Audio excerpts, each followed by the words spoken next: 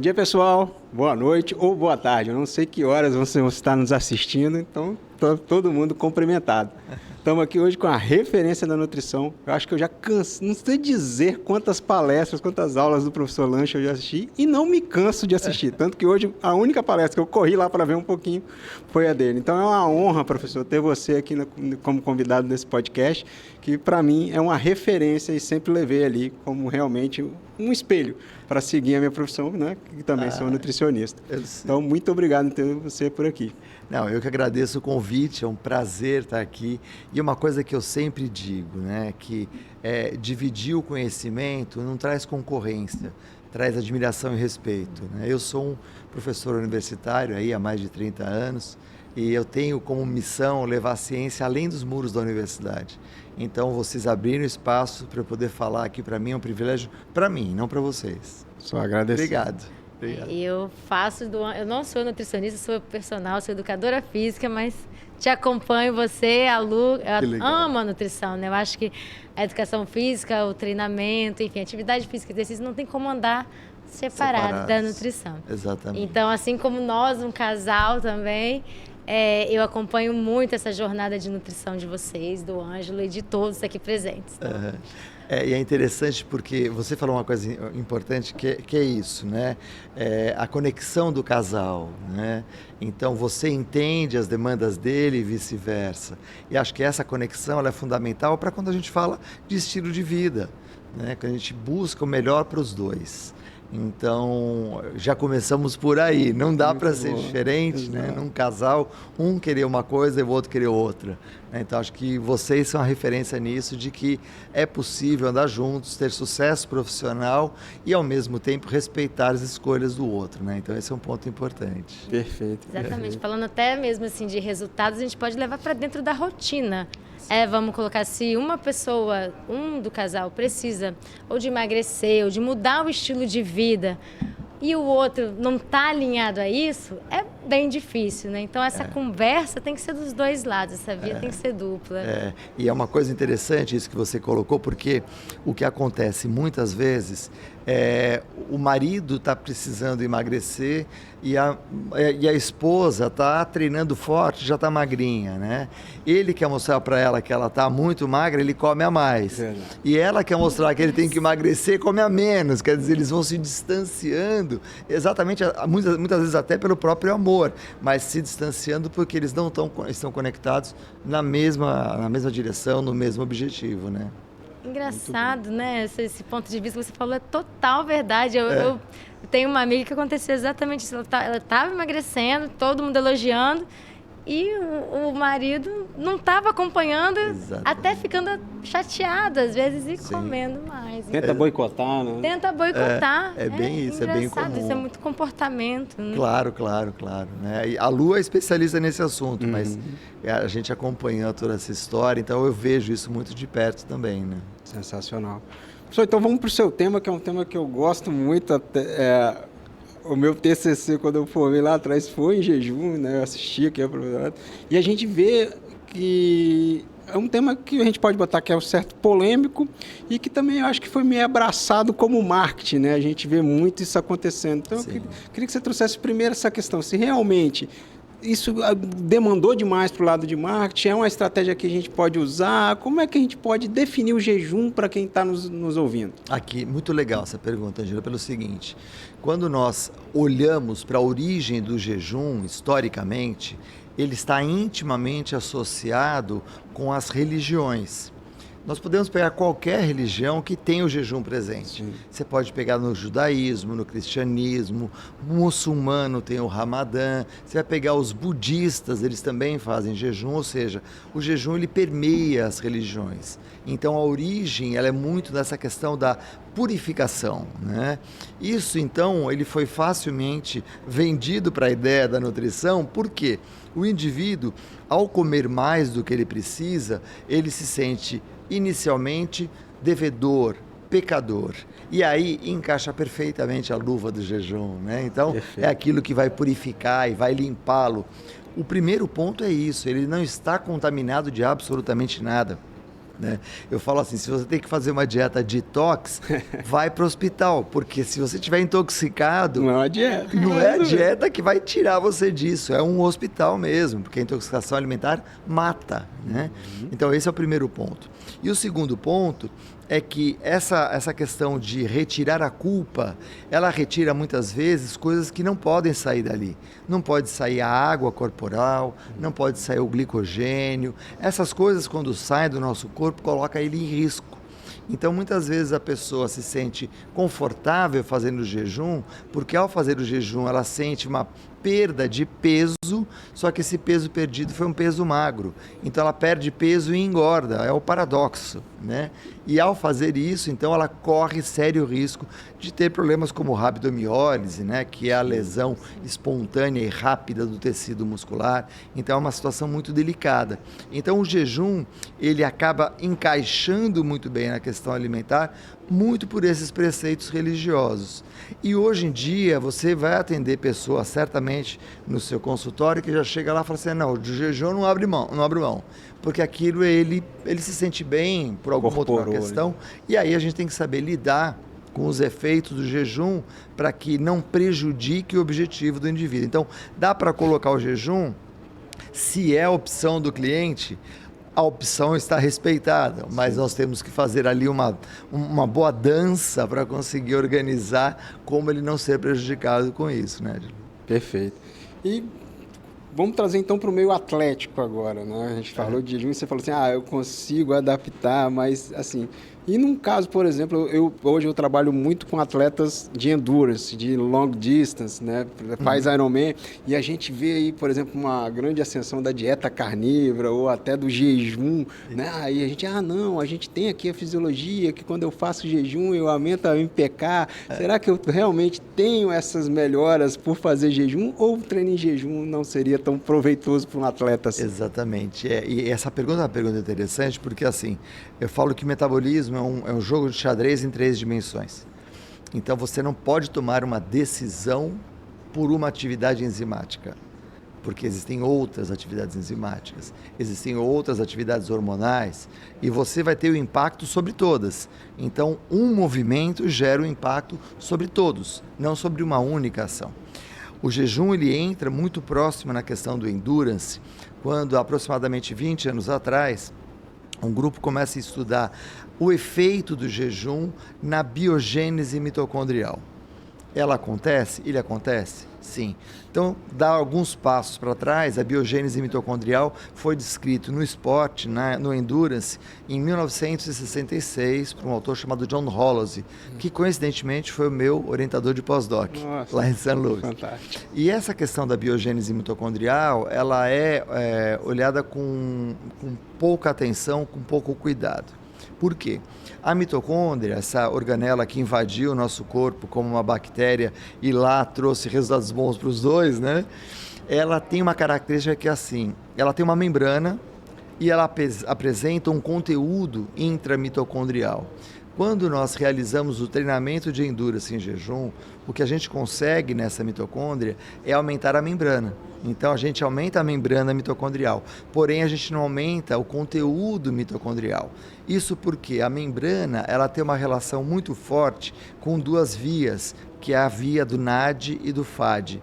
Já o interior da mitocôndria tem uma relação muito forte com o ciclo de Krebs. Né? Para quem não gosta de bioquímica, eu lamento essa explicação. Né? O que temos para hoje. O que temos para hoje. Estude um pouquinho. E o que vai acontecer? Aliás, se quiser procurar, tem aula do professor Lanche explicando isso muito bem no YouTube, de graça. Exatamente. É preguiça não aprender. Exatamente. E aí tem uma coisa que é assim, então o indivíduo ele faz o treinamento em jejum, ele tem esse aumento das membranas mitocondriais, porém essas mitocôndrias elas estão disfuncionais. Elas não conseguem melhorar o desempenho, melhorar a atividade, melhorar o processo oxidativo. A consequência, então, disso é exatamente você não ter mais resultado. E no endurance existe um ponto importante que é assim, uma confusão muito grande. As pessoas falam, o treinamento de endurance é oxidação de gordura. Não. O treinamento de endurance o indivíduo faz do segundo limiar. segundo limiar, você está lá com RR igual a 1, você está oxidando carboidrato como fonte de energia. Se você fizer o seu treinamento em jejum, obrigatoriamente, você terá que fazer o seu treino oxidando lipídio. Isso quer dizer, você tem que diminuir a intensidade que você pode fazer. Ah, não, mas eu corro a 3 minutos o quilômetro. Você poderia correr abaixo de 3. Exato. Né? Não é para você comparar você comigo, é para comparar você contra você mesmo, né? E você mesmo poderia fazer um desempenho melhor, um desempenho mais rápido. Então, nesse caso, Ângelo, o que a gente observa é exatamente essa questão muito de comportamento de manada, né? Muitas vezes um indivíduo faz, o outro faz também e tal, e muitas vezes o indivíduo que faz, ele pode ter um desempenho que para comparação com os demais é bom, mas que para a comparação contra ele mesmo é ruim. Né? Então, o treinamento em jejum não traz o resultado tão sonhado que nós tínhamos lá perto dos anos 2000 e traz como consequência o prejuízo do desenvolvimento da interface que é importante no Endurance, que é a interface do sistema glicolítico com o sistema oxidativo. Nós não dependemos só do oxidativo, nós dependemos dessa interface. Eu falo que essa combinação é como você pegar e existem 5 caminhos para você chegar aqui no aeroporto, né?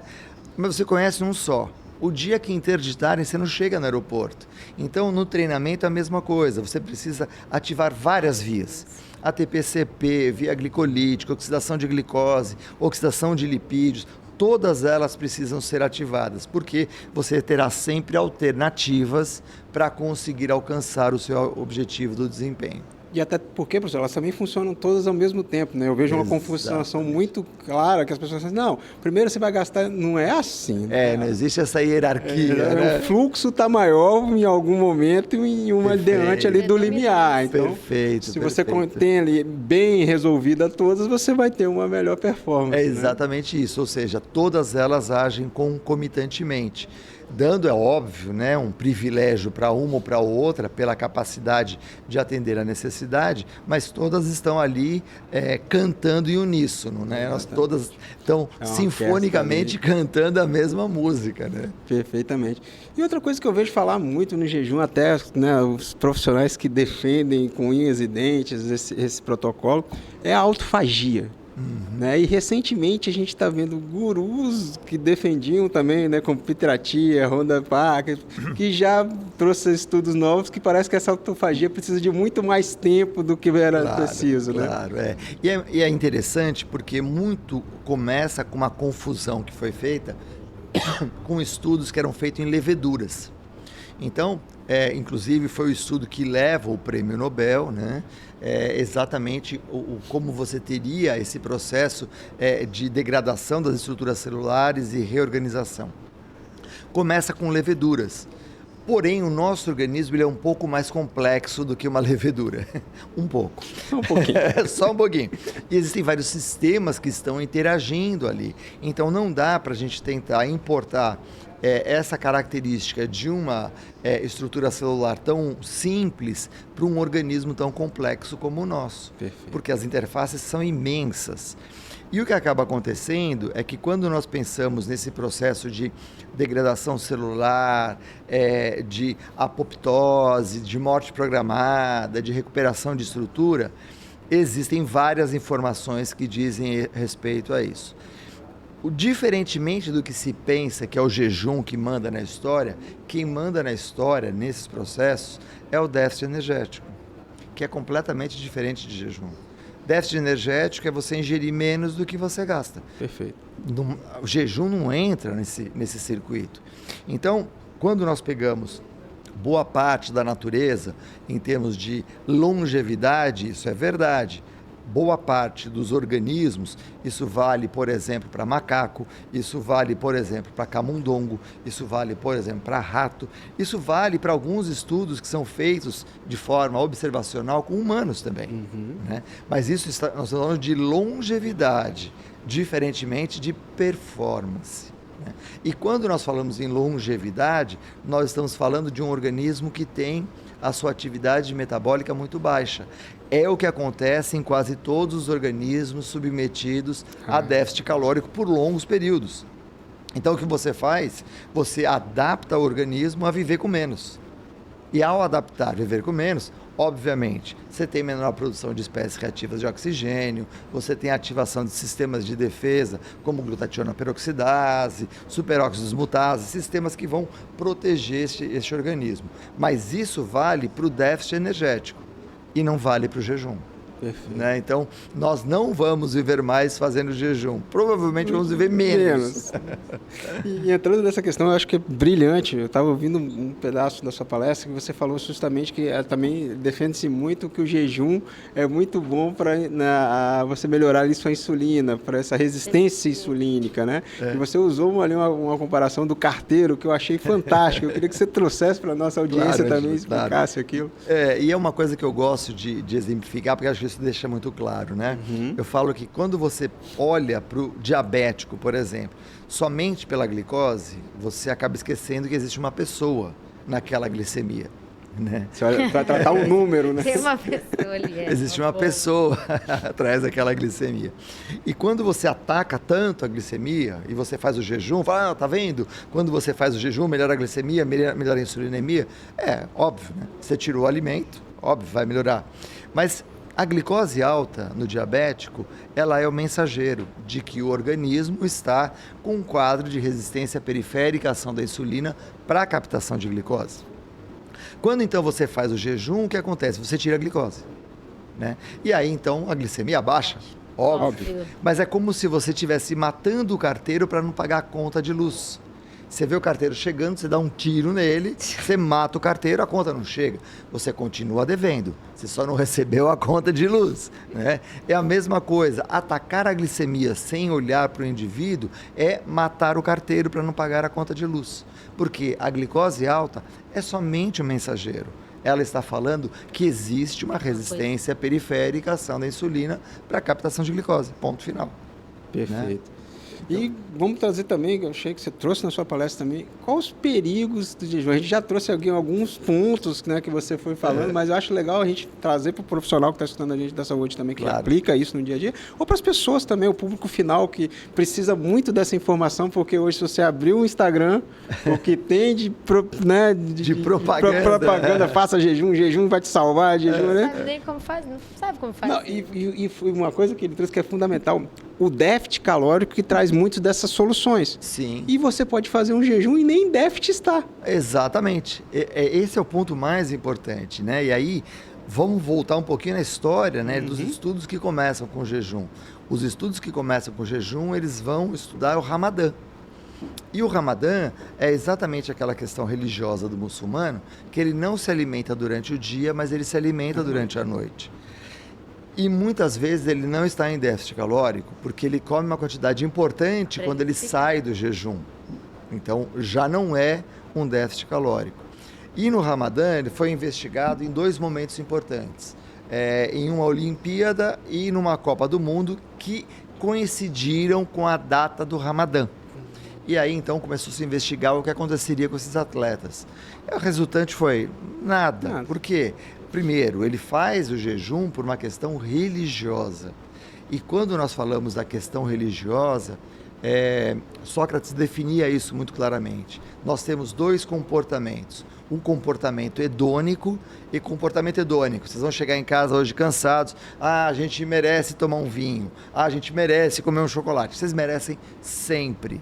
Esse comportamento é hedônico, né? É exatamente isso. É o alimento entregando para você alguma coisa emocional. Perfeito. Tá? Nós quase todos temos isso.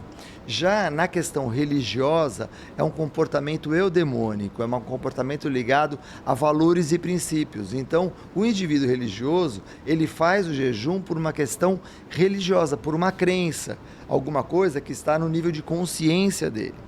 E aí, então, ele acredita que aquilo fez bem para ele e ele vai ter um estímulo emocional importante, até quase que um efeito placebo, que ele vai conseguir superar os desafios. Diferentemente do indivíduo que não tem o cunho religioso e que faz isso voltando à performance. Ele vai ter resultado? Não. ele não vai ter resultado. O que a literatura demonstra é melhora o desempenho? Não melhora o desempenho. Mas não melhora na questão aeróbia? Não, não melhora. Não melhora no emagrecimento? Não, não melhora. E no treinamento de força? Também não melhora. Então nós não temos qualquer ganho em nenhuma das atividades. Então a indicação do jejum, ele se encaixa muito bem exatamente nessa questão da nossa culpa. A gente se sente culpado e aí volta o jejum e cai como uma luva, né, para essa situação. Tá vendo? Olha, você está culpado, agora o jejum vai resolver a sua culpa. Mas em termos de performance, não. E coloca o indivíduo em risco. Sim. Por quê? Se eu pego um atleta fazendo jejum de endurance e ele vai fazer uma prova de longa distância, por exemplo, aqui em Vitória, nessa época que está quente pra caramba, ele não vai ter uma reserva hídrica e corre-se o risco dele ter um processo de rabdomiólise. Então esse é um problema sério. Se você pegar um tenista do Grand Slam que joga, por exemplo, torneio, como a gente teve agora em Miami, temperatura alta, umidade relativa do ar elevada, se ele fizer aquilo em jejum, esquece. Ele não vai conseguir o desempenho, ele corre o risco da rabdomiólise também. Então, são fenômenos que hoje nós temos clareza, cientificamente falando, embora exista sempre uma crença muito forte. Então, a crença a gente não consegue discutir, porque crença é tudo aquilo que você acredita e dispensa a prova. Como cientista, eu preciso sempre de prova, então não dá para discutir, né? Perfeito, perfeito. E nessa questão de proteínas, né, que também eu acho que é bem interessante a gente trazer esse atento, porque a gente sabe que a gente precisa ali de um X de proteínas em quilopeso, a gente tem hoje os guidelines bem específicos. É perigoso também eu ficar sem ingerir a proteína nesse período de jejum para manutenção, por exemplo, de massa magra ou saúde, como a gente está falando? Boa pergunta, Júlio. E aí eu trago uma outra preocupação, que é o processo de envelhecimento. No processo de envelhecimento, a ingestão proteica ela é fundamental. O idoso, naturalmente, ele tem uma redução da ingestão proteica, particularmente da ingestão de carne, muito por conta da questão dentária, né, da questão da mastigação.